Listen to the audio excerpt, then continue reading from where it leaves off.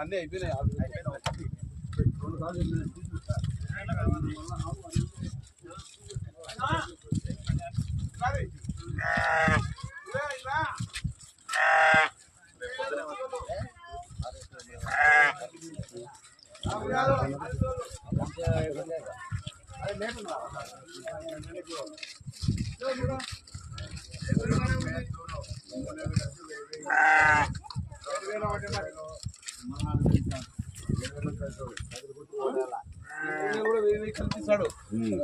మూడు నెలల 1000 కలిపి జూలైలో 7000 వస్తుంది. అంతా తర్వాత 4 పింఛన్ వస్తుంది. నువ్వు రామ్మా. స్కూల్ పోయే పిల్లలకు ప్రతి పిల్లలు చేస్తారు.